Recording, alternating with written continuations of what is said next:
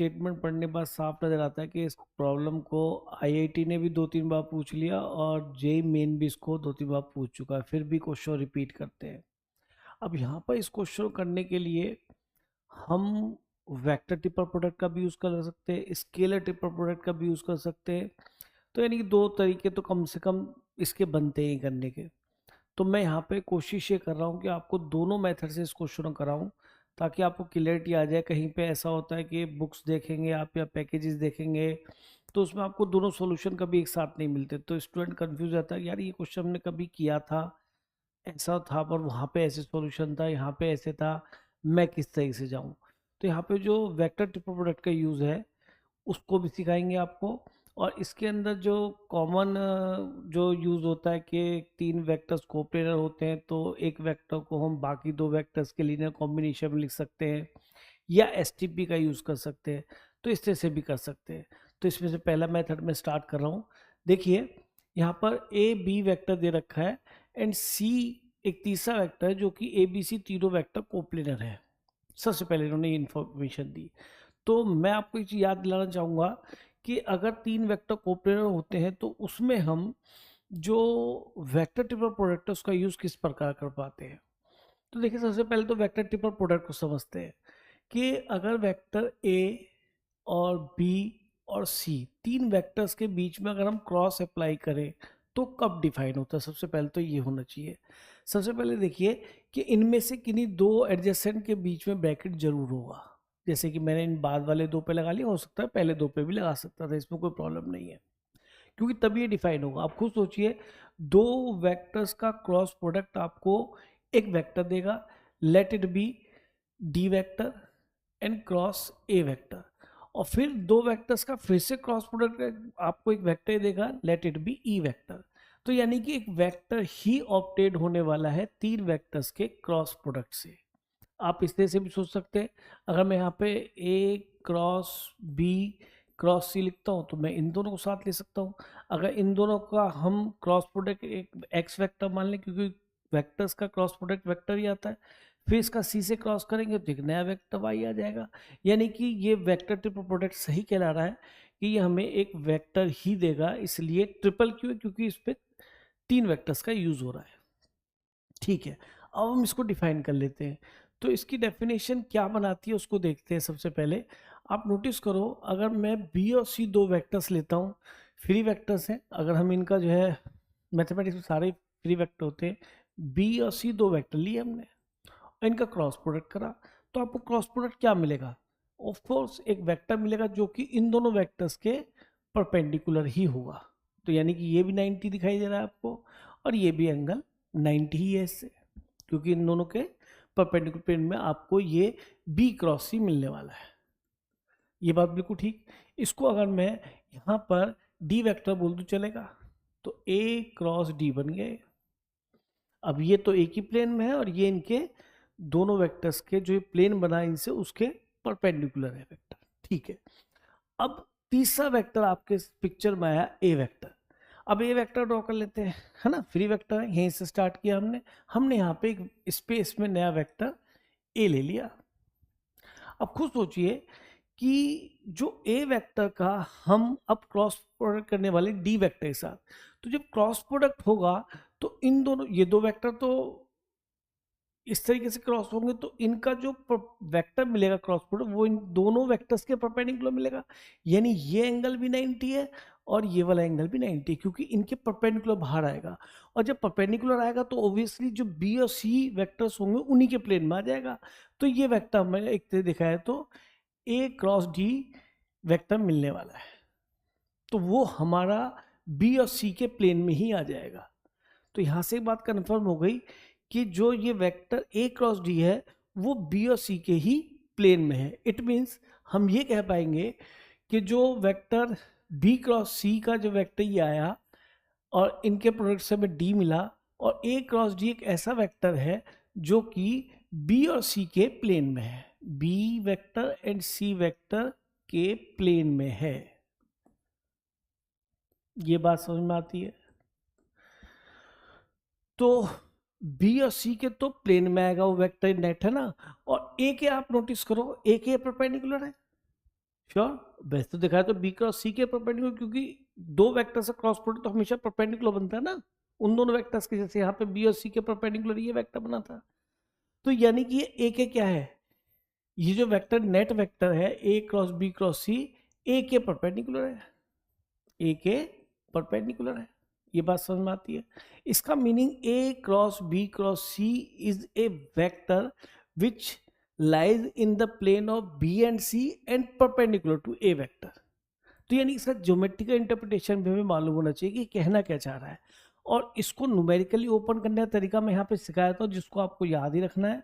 वैसे देखो इसका प्रूफ भी होता है, वो भी बताया ऐसा, लेकिन अभी मैं केवल ये बता दूं कि हाउ टू एक्सपेंड इट, मतलब इसको कैसे यूज करते हैं, क्योंकि ऐसा तो है नहीं कि पहले बी क्रॉस सी निकालेंगे फिर ए से क्रॉस करेंगे तो टाइम लग जाएगा। ठीक है, कई बार वेक्टर पता भी नहीं होते तो आप दूसरे से यूज करेंगे। इसमें क्या करते हैं, इस सिंगल वाले को जो ब्रैकेट से बाहर होता है उसको दूर वाले से डॉट करते हैं, तो ए डॉट सी एंड इसका टाइम्स करते हैं remaining vector that is b, फिर माइनस, फिर पास वाले से डॉट करते हैं a dot b times remaining vector that is c.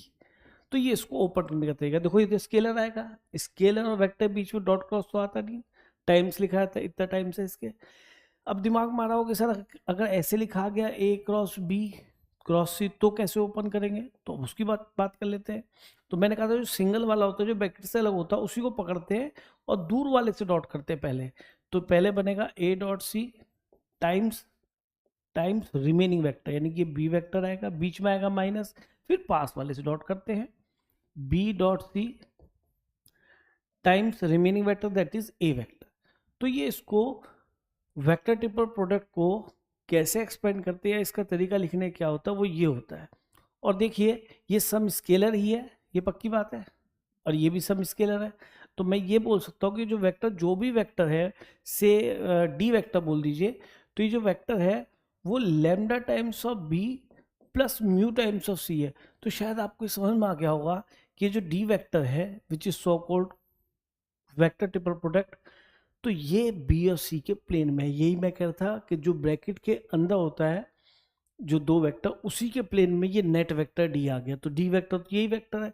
तो अगर हम किसी एक वेक्टर को दो वेक्टर्स के लीनियर कॉम्बिनेशन में लिख सकते हैं तो इसका मतलब हम ये कह सकते हैं कि b c and d so called this are coplanar.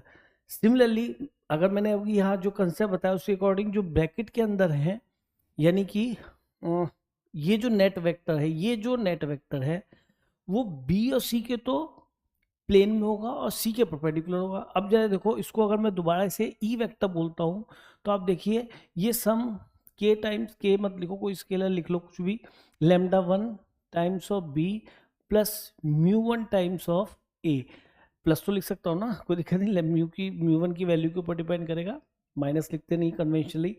तो अब आप खुद देखिए ई एक ऐसा वेक्टर है जो ए और बी के लीनियर कॉम्बिनेशन में है। इसका मतलब जो ई वेक्टर है और बी वेक्टर और ए वेक्टर है क्या है, कोप्लेनर। और यही बात मैंने ऊपर बोला था कि जो ए क्रॉस बी के तो प्लेन में होंगे और सी के परपेंडिकुलर होगा। अब ये देखिए ये जो वेक्टर नेट है जो वेक्टर ई है वो बी और ए के प्लेन में है। तो जो ब्रैकेट में बंधे होते हैं ये नेट वेक्टर उस वेक्टर के तो प्लेन में होता है और जो फ्री वेक्टर होता है उसके परपेंडिकुलर होता है। तो ज्योमेट्रिकली मैंने समझाया, फॉर्मूले के अकॉर्डिंग भी समझाया।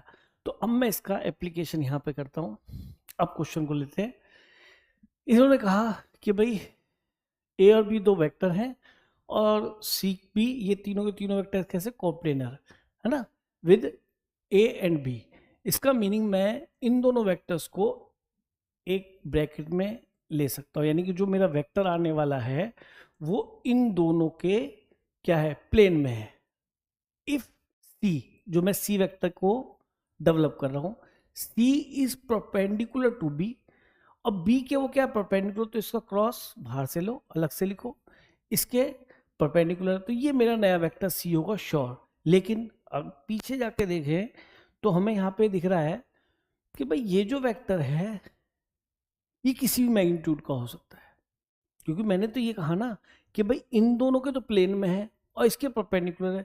भाई वो वेक्टर ये बनेगा लेकिन उसकी लेंथ क्या होगी इसके बारे में तो बात हुई ना यानी इसकी डायरेक्शन में होगा, और ज़्यादा अच्छा बोला है तो इसकी डायरेक्शन में होगा, या ये वेक्टर ऐसा होगा इसकी डायरेक्शन में बनेगा। तो पीछे जाए तो ये पता पड़ा कि जो सी वेक्टर है वो इस वेक्टर की डायरेक्शन में होगा। तो हम एक काम करते हैं, सम स्केलर से मल्टीप्लाई कर लेते हैं। अब ये बैलेंस हो गया, सी वेक्टर जो भी होगा वो ऐसा है जो ए और बी के प्लेन में है और बी के परपेंडिकुलर है। तो ये इंफॉर्मेशन थी, और यही यूज करके आप इसको सबसे छोटे मेथड से कर सकते हैं। इससे छोटा मेथड इस क्वेश्चन के लिए नहीं बना। तो यहाँ पे आपको वीटीपी आना जरूरी है, वेक्टर ट्रिपल प्रोडक्ट। तो ठीक है, अब तो आगे ये इंफॉर्मेशन यूज कर लेंगे, A.C5 है और मॉड ऑफ सी हमें निकालना है।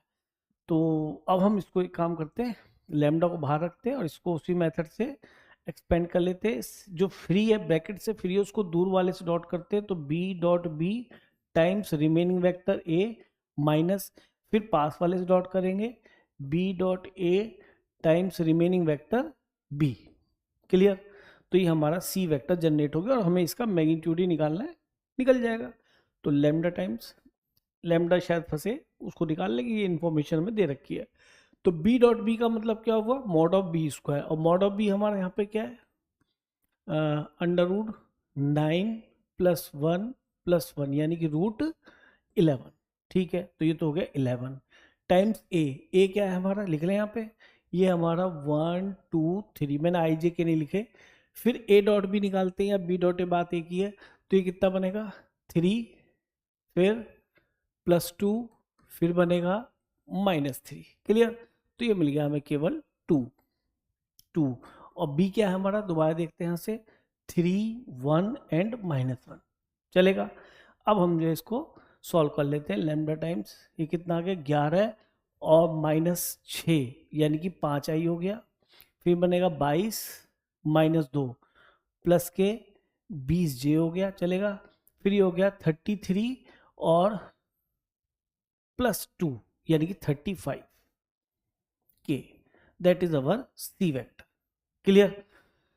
अभी सी वेक्टर आ गया, इसमें लैम्डा नोन है, उसके लिए एक इंफॉर्मेशन है कि A.C5 बनता है। ठीक है, A.C कर लेते हैं यूज। देखिए A.C यूज करते हैं, तो A.C इक्वल टू 5 गिवन, इसको यूज करते हैं। तो C हमारे पास यहाँ है और A हमारे पास यहाँ है। तो केवल इनकी तरफ देखो, इनके भी IJ के कोफिशिएंट्स को ही मल्टीप्लाई करना है, स्केलर कीपिंग आउटसाइड। तो लैम्डा को मैंने बाहर रखते हुए इनका डॉट प्रोडक्ट किया, दैट इज I वाले कोफिशिएंट को I से मल्टीप्लाई किया तो 5 मिलेगा, J वाले को J से मल्टीप्लाई किया तो 40 मिलेगा, और फिर 35 इंटू 3 यानी ये हो जाएगा 105। चलेगा? देखिए यहाँ से हमें लैम्डा सीधा सीधा नज़र आ गया, दैट इज ये हो गया 110 तो 150। So we have lambda is equal to 1/30। Good.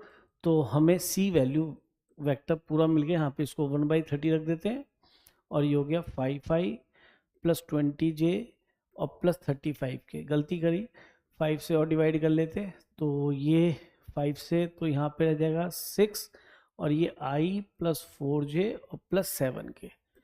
Divide करके डायरेक्ट लिख सकते थे, सी वेक्टर आ गया। अब हमें क्या निकालना है, इसका मैग्नीट्यूड।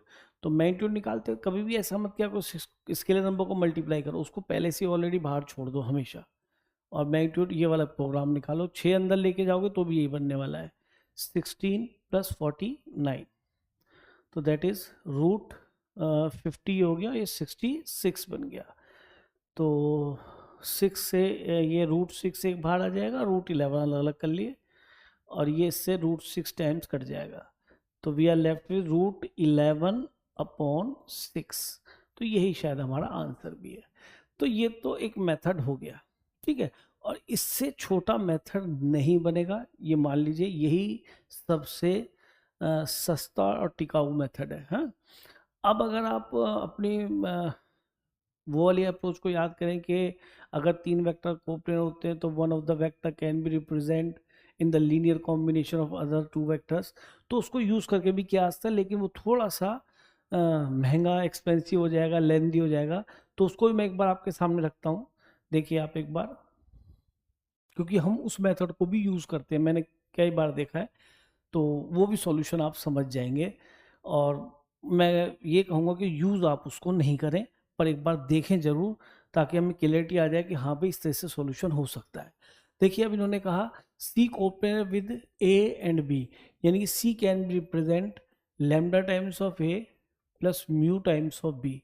ठीक है, लैम्डा टाइम्स ऑफ ए क्या है हमारा 1 2 3 and mu times of b that is 3 1 and -1 चलेगा। तो ये बन गया 1 lambda plus 3 mu, 1 lambda plus 3 mu times i हो गया, ये लैम्डा है, प्लस ये कितना बनेगा 2 लैम्डा प्लस म्यू जे हो गया, प्लस कितना बना 3 लैम्डा माइनस म्यू के हो गया, that is our c vector. अब देखिए दोनों आ गए, कैलकुलेशन बढ़ेगी तो कोई बात नहीं, सब इसके अंदर है। अब हमने क्या करना है कि सर कोप्लेनर हमने यूज कर लिया, अब यहाँ पे हमारा सी वेक्टर ये है, म्यू लैम्डा मिलेंगे, फिर उसके बाद मैग्नीट्यूड निकाल लेंगे।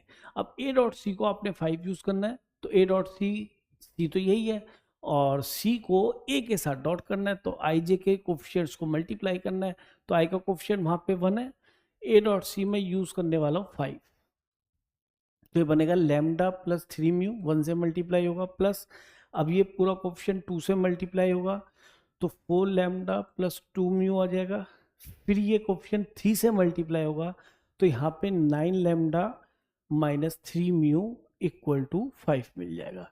एक इक्वेशन और आपके पास आ गई, और ये क्या बना रही है आपके पास, कितने लैम्डा बना रही है देखो, 5 और 9 14 है ना, 14 लैम्डा ये आ गए, और म्यू के नाम पे देखिए 3 3 कट गया, प्लस 2 म्यू इक्वल टू 5। एक इक्वेशन हमारे पास ये हो गई, एक इन्फॉर्मेशन जरूर होगी म्यू लैम्डा के बारे में।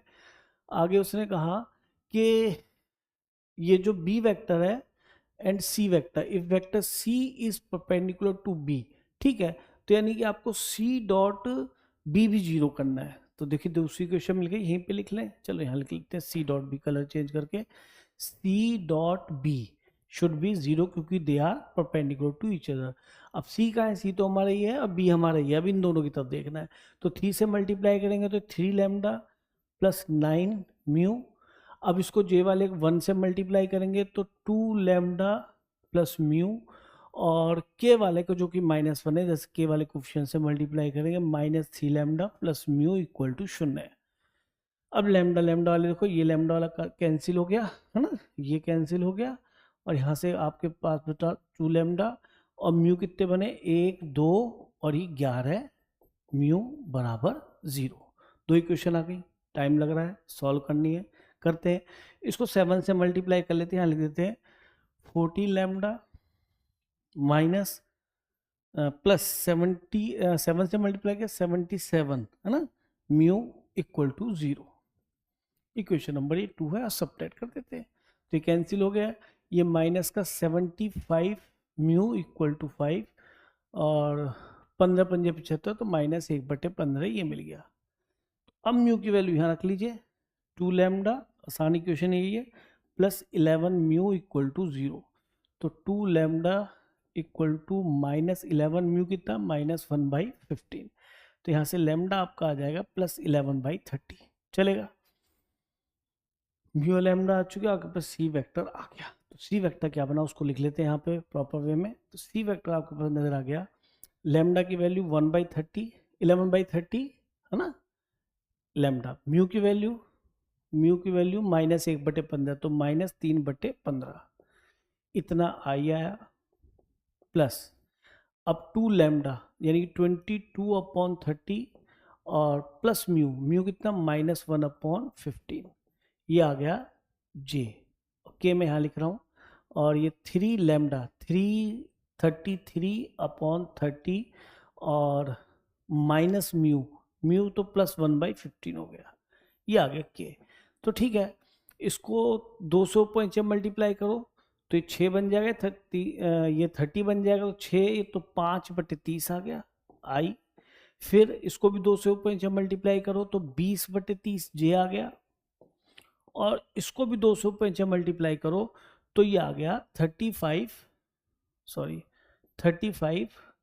ये 35/30 आ गया, तो this is our vector c. और अब हमें फिर क्या निकालना है, इसका मैग्नीट्यूड निकालना है। तो मैग्नीट्यूड के लिए हमने कहा था हमेशा कांस्टेंट को आप बाहर ही रख लें, कभी भी परेशान नहीं होंगे। 1/30 तो बाहर ही आ गया है ना, और बल्कि मैं तो कहूँगा 5 भी बाहर आ रहा है, इसको बाहर फेंको, 5 और बाहर आ गया। तो यहाँ पे केवल आई बचा, 30 तो नीचे से बाहर है, 5 4 बचा, और यहाँ से 5 बाहर है तो 7 के बचा। ठीक, अब हमें इसका मैग्नीट्यूड बताना है। तो 6 तो पहले ही बाहर रखो, ये सी वेक्टर है, तो मॉड सी निकालना है। तो 6 को तो यहाँ बाहर रखते हैं, और इसका मैग्नीट्यूड निकल गया 1 + 16 + 49, एग्जैक्टली वही मिल गया, 1/6 और √66। तो ये रूट वही 11/6 आ जाएगा। तो आप देख रहे हैं कि इस वाले मेथड में हमें थोड़ा सा टाइम ज़्यादा लग रहा है, अदरवाइज मेथड ये भी ठीक है, इस तरह से भी आपको सॉल्यूशन दिखाई देगा। और जिससे पहले मेथड किया था उसको भी आप सॉल्यूशन के लिए तैयार रहें, क्योंकि ऐसे क्वेश्चन बहुत ज़्यादा बार आया हुआ है।